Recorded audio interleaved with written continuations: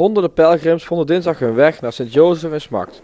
De kerkgangers kwamen tezamen voor het hoogfeest van Sint-Jozef. De hoogmis werd gecelebreerd door hulpbisschop Rob Mitsaars van Den Bosch.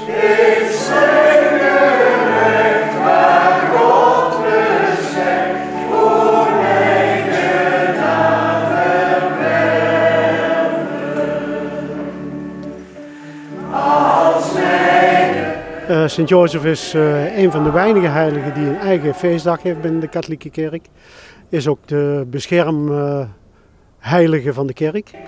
En zodoende heeft hij dus op 19 maart zijn eigen verjaardag, laat ik het zo zeggen. Ja.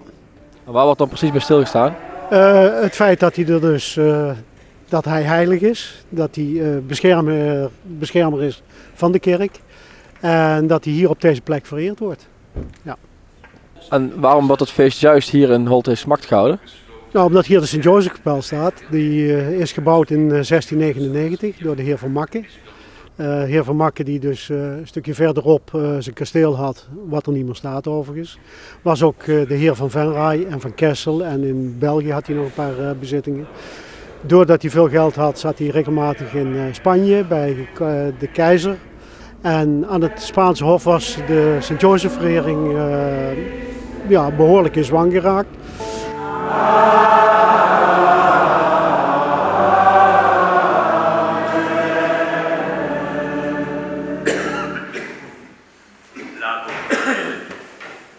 Naast de hoogmis in de kerk brachten de bedevaartgangers een bezoek aan de kapel.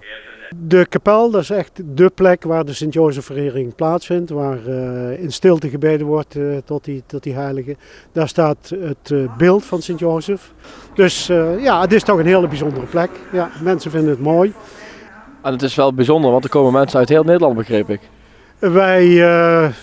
Het is wat minder geworden, want vroeger had je echt bedevaarten vanuit Amsterdam, uit heel Nederland. Tegenwoordig is het wat beperkter, maar ja, toch uit alle windstreken. We krijgen vandaag een groep uit Sint-Michielsgestel, we krijgen een groep uit Deventer-Raalte. Den Haag komt nog elk jaar, maar die komen buiten de maand maart. We hebben een groepje uit Duitsland die elk jaar komt. Dus zo zijn er altijd toch wel groepen die er een feest van maken om dit te doen.